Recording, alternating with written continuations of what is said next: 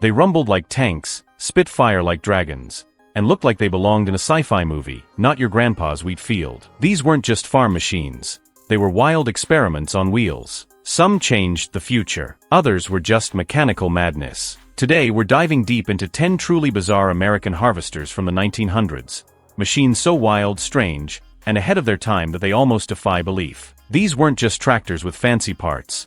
They were mechanical oddballs that revolutionized farming, or at least tried to. Ready to roll back the years? Let's hit the fields of history. The Rust cotton picker. Before cotton picking machines were common, farmers had to toil under the sun, picking by hand, slow, sweaty, and grueling work. Then came John and Mac Rust of Mississippi. In the 1920s and 30s, the Rust brothers designed a machine that dared to do what others had failed at, picking cotton cleanly, without tearing fibers or dragging in the whole plant. By 1936, they had something truly futuristic for the time, a prototype using barbed, moist spindles to grab the cotton, then doffers to strip it clean. It looked like a rotating alien drum plucking flowers from earth. Though major manufacturers eventually took over the cotton game, the Rust brothers proved one thing: mechanical cotton picking could be done. Their name might not be on the machines we use today, but their bizarre invention laid the groundwork for a southern farming revolution. The Gleaner Baldwin Model A. Next up, a machine that turned heads for something so simple, it was almost scandalous: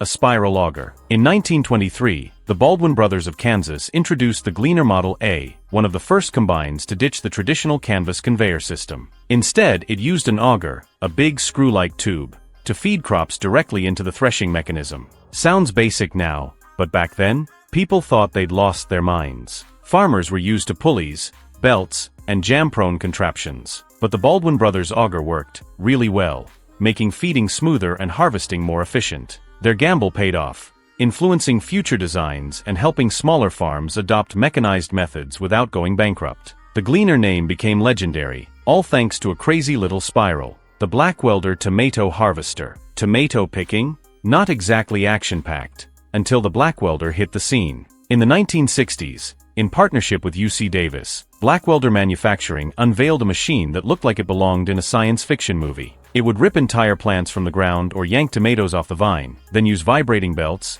color sensors, and fans to sort and clean the fruit, all at lightning speed. Yes, you heard that right, color sensors in the 60s, back when color TV was still a novelty. The red tomatoes were sorted one way, the green ones? Rejected. And this wild ride didn't just change harvesting, it changed the tomatoes themselves, pushing growers to breed firmer, machine-friendly varieties. It was controversial, disruptive, and yes, totally bizarre, but it worked. The Chisholm Rider Bean Picker. This thing looked like a rolling tower of chaos. Chains, rods, rotating arms. A machine that practically danced through fields while harvesting beans. The Chisholm Rider self-propelled bean picker, introduced in the 1960s, wasn't just strange, it was alien. But underneath its rattling exterior was a smart system, gentle picking fingers, multi-stage conveyors, and a high operator cab that gave it an almost military feel. The self-propelled design meant farmers could move from field to field without hitching up to a tractor, a big deal for large-scale operations. It may have looked ridiculous, but for bean farmers in places like New York and Wisconsin,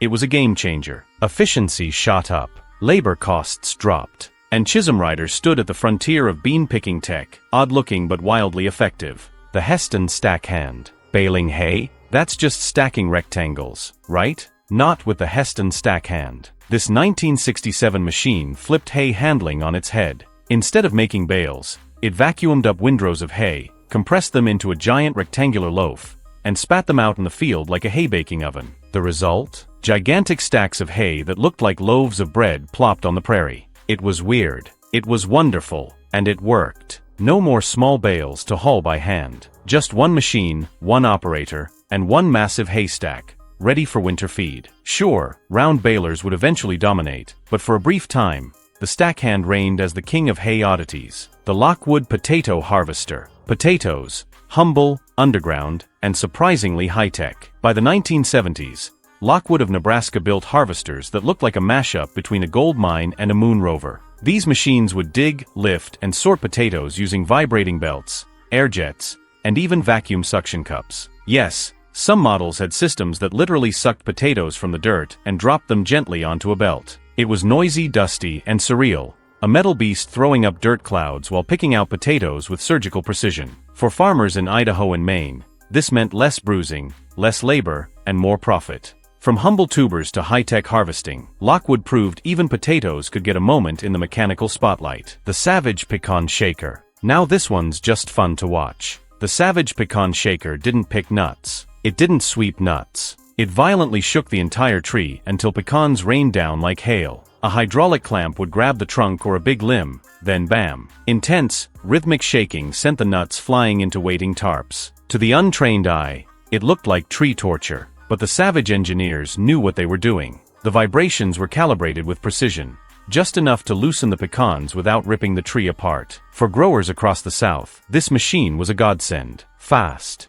efficient, and way more fun than climbing trees with a stick. The Savage Pecan Shaker wasn't just a machine, it was a symbol of bold American innovation, and maybe a little tree trauma. The Holt 36 Combine Harvester. Before Caterpillar was the construction giant we know today, it was Holt Manufacturing, a company already reshaping farming. Enter the Holt 36 Combine, one of the earliest self-propelled combines, way back in the early 1900s. And when we say self-propelled, we're talking massive steel tracks, a front-mounted belt-driven header, and a beast that looked like it escaped from a World War I battlefield. The engine? A hulking gas-powered monster mounted right behind the operator, who stood out in the open. No cab, no comfort, just grit and goggles. It chewed through wheat fields like a tank, separating grain and spitting out straw, all while crawling forward on those signature crawler tracks, the very idea that eventually led to the modern bulldozer. It was slow, it was loud, and it was glorious. The Holt 36 didn't just harvest crops, it paved the way for the Caterpillar empire. The Massey Harris No.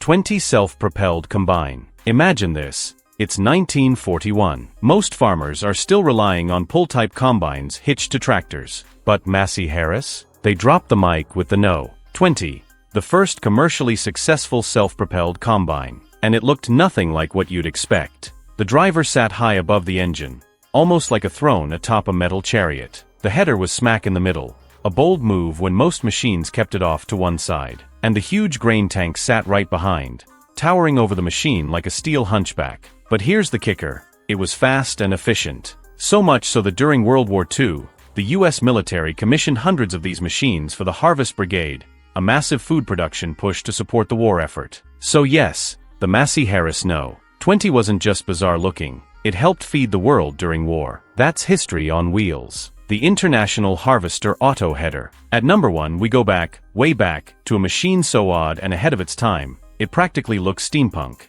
Meet the Auto Header from the early 1900s, built by International Harvester. This self-propelled beast didn't need horses. It ran on its own, powered by a massive flywheel, a chain-driven transmission, and a side-mounted reciprocating cutter bar that mowed down wheat like a sideways guillotine. It had spiked drive wheels for traction, an operator's platform that looked more like a pirate ship's helm, and no enclosed cab whatsoever. Dust? Sunburn? Noise? Deal with it. But what made it truly bizarre was how early it arrived. In an age when most farmers were still binding grain by hand, this thing came roaring out of nowhere like a mechanical dragon. It was expensive, it was risky, and it was way ahead of its time. But without machines like the Auto Header, we wouldn't have the modern harvester. It walked, or rather lurched, so today's combines could fly. Innovation doesn't always look pretty. Sometimes, it looks like a metal monster in a wheat field. From cotton pickers with barbed spindles to tree-shaking nut harvesters and roaring steel dinosaurs, these machines prove one thing: American ingenuity was never afraid to get weird. Subscribe for more amazing content, and let us know in the comments,